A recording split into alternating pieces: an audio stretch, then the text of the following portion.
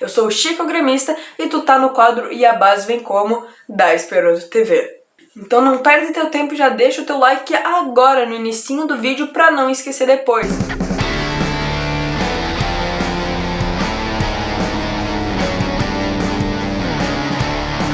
A fase de grupos da Copinha acabou. O Grêmio permaneceu na primeira colocação com 6 pontos, seguido por Castanhal do Pará nos critérios de desempate, mas também com 6 pontos. Nesse vídeo aqui da Esperanto TV, a gente não só vai falar de como foi esse fim da etapa inicial da competição, mas formular como vai ser as atuações do Grêmio daqui pra frente, na fase mata-mata da Copa São Paulo de Futebol Júnior. O Grêmio finalizou hoje, nesse domingo, a fase inicial da Copinha. A fase de grupos terminou para o tricolor gaúcho com 2 vitórias e 1 derrota. Confesso para vocês que não gostei muito do início do campeonato do Grêmio, mas a gente vai falar um pouquinho mais sobre isso na segunda etapa do vídeo. Nessa etapa inicial desse vídeo mais que especial aqui na Esperanto TV, a gente vai falar um pouco sobre como foi o jogo diante do 15 de Jaú. Jogo esse que fez o Grêmio dar tchau à sua invencibilidade na competição. Enfim, começando a falar sobre o jogo, obviamente pelo seu começo no primeiro tempo, eu não estava gostando nada de como o técnico Luiz Eduardo enviou o Grêmio.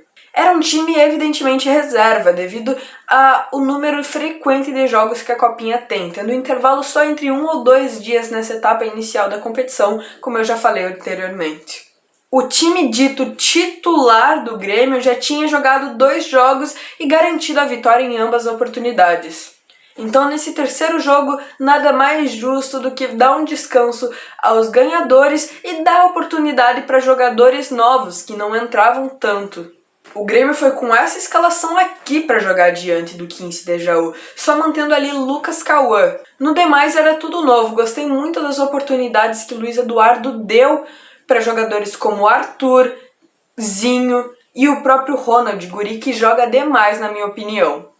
Parecia para mim e para boa parte da torcida que aquele jogo não ia ser complicado, tinha nomes muito bons ali, assim como tinha nomes que a gente não conhecia muito. O próprio atacante Messias é um jogador que eu nunca tinha visto jogar tanto antes, era desconhecido para mim e particularmente não me agradou muito. Mas indo ao jogo em si, o primeiro tempo do Grêmio foi bem ruim mesmo. O tricolor gaúcho não era agressivo em sua marcação e não aproveitava as poucas oportunidades que tinha de ataque. Poucas essas, pois o Grêmio não tinha controle algum do seu meio de campo, não trabalhava bem a bola e não construía essas chances. Por outro lado, o 15 de Jaú se aproveitava muito dessa desvantagem que o Grêmio tinha no seu meio de campo, roubando muitas bolas nessa área. Assim, aproveitava a defesa do Grêmio desprevenida para realizar contra-ataques. Tanto é que o primeiro e único gol da partida saiu aos 11 minutos de jogo, num contra-ataque propriamente dito. Foi uma falha horrível da defesa do Grêmio, não gostei nada de como eles marcaram naquele lance, e assim o 1-0 sai para sacramentar a derrota do Grêmio nesse jogo. Assim terminava o primeiro tempo do Grêmio sem ter uma chance boa até ali o finalzinho do jogo. Posso dizer que aos 38 minutos houve um lance até que bem legal, não lembro qual foi o jogador, mas foi um cabeceio, depois de um lançamento que vinha de uma jogada até que bem construída, mas por incrível que pareça foi a única nessa etapa inicial de jogo. No demais, o Grêmio ia ao segundo tempo com uma derrota até que bem decepcionante para nós torcedores gremistas. Faltava da equipe aquela vontade, aquela marcação em cima, com muita vontade de roubar a bola e assim garantir alguma jogada boa para o Grêmio. E no segundo tempo foi assim, o Grêmio voltou, substituiu algumas peças e assim foi até o final do jogo construindo muitas jogadas, bem diferente do que foi no primeiro tempo.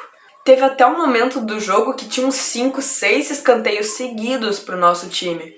Mas nada disso deu muito certo, infelizmente. O 15 de Jaú estava muito ligado e eu parabenizo muito o time por isso. O time deles não estava dando moleza pro Grêmio, honrou muito o manto do 15 de Jaú. O Grêmio sim construía muito e fazia muitas jogadas por lançamentos para a área nesse início de segundo tempo. Somadas às substituições, o tricolor gaúcho tinha boas chances quase que bem efetuadas se não fosse a ótima defesa do 15 de Jaú. Assim o Grêmio construía, tentava jogadas, substituía, mas nada dava certo, pois a defesa do 15 de Jaú, que eu tô dando muitos méritos, foi muito aguerrida e com muita raça e vontade se doou muito para impedir o Grêmio a empatar ou até mesmo virar o jogo nesse segundo tempo. Então se finaliza a partida e mesmo com a derrota, o Grêmio garante a liderança do seu grupo na competição e avança para a segunda fase da Copinha.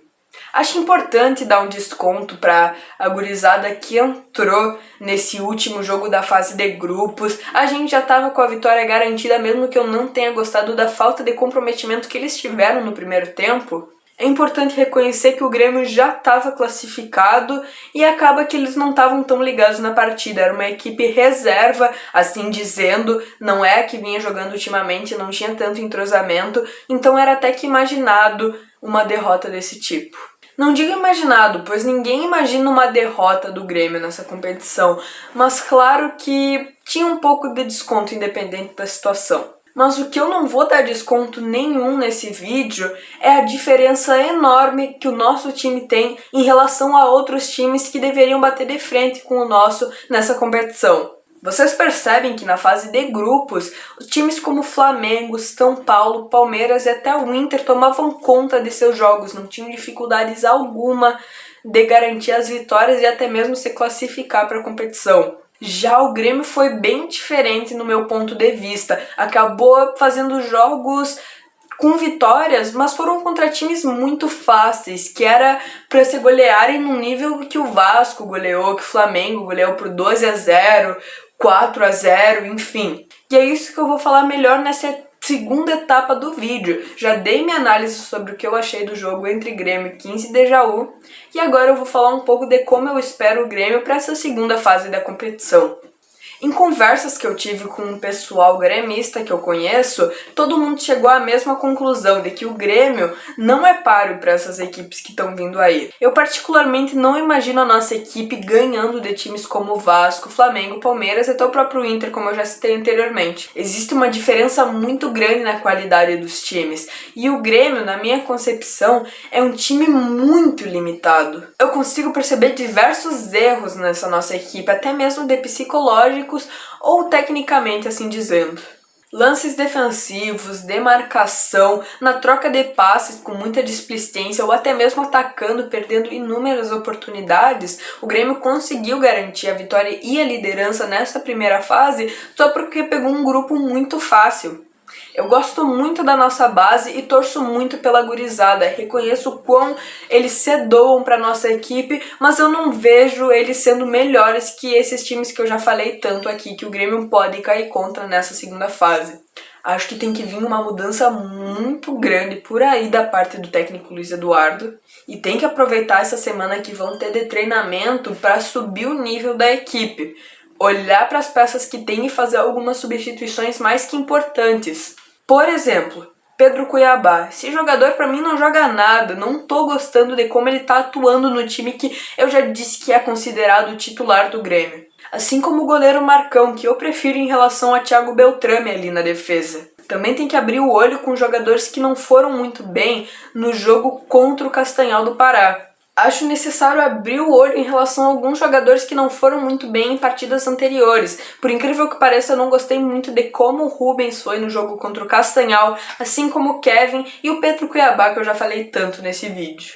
Existem peças melhores no nosso elenco, como Arthur, Ronald e o próprio Zinho, que jogaram a partida de hoje. Então eu digo pra vocês, torcedores gremistas, que estão vendo esse vídeo aqui na Esperanto TV, eu não garanto que a nossa equipe vai ter tanta facilidade em jogar essa segunda etapa da Copinha. Vai ser muito complicado bater de frente contra elencos como o do Flamengo, Vasco, Palmeiras e o Inter. Mas o que nos resta é torcer para ver uma melhora na equipe, corrigindo os erros e nivelando um pouco mais, tirando as limitações que a gente tem do nosso elenco, para tentar chegar assim na final, mesmo eu achando difícil, e repetir o nosso feito que a gente teve no ano passado. No ano retrasado, no caso, pois devido à pandemia não teve Copinha no ano passado.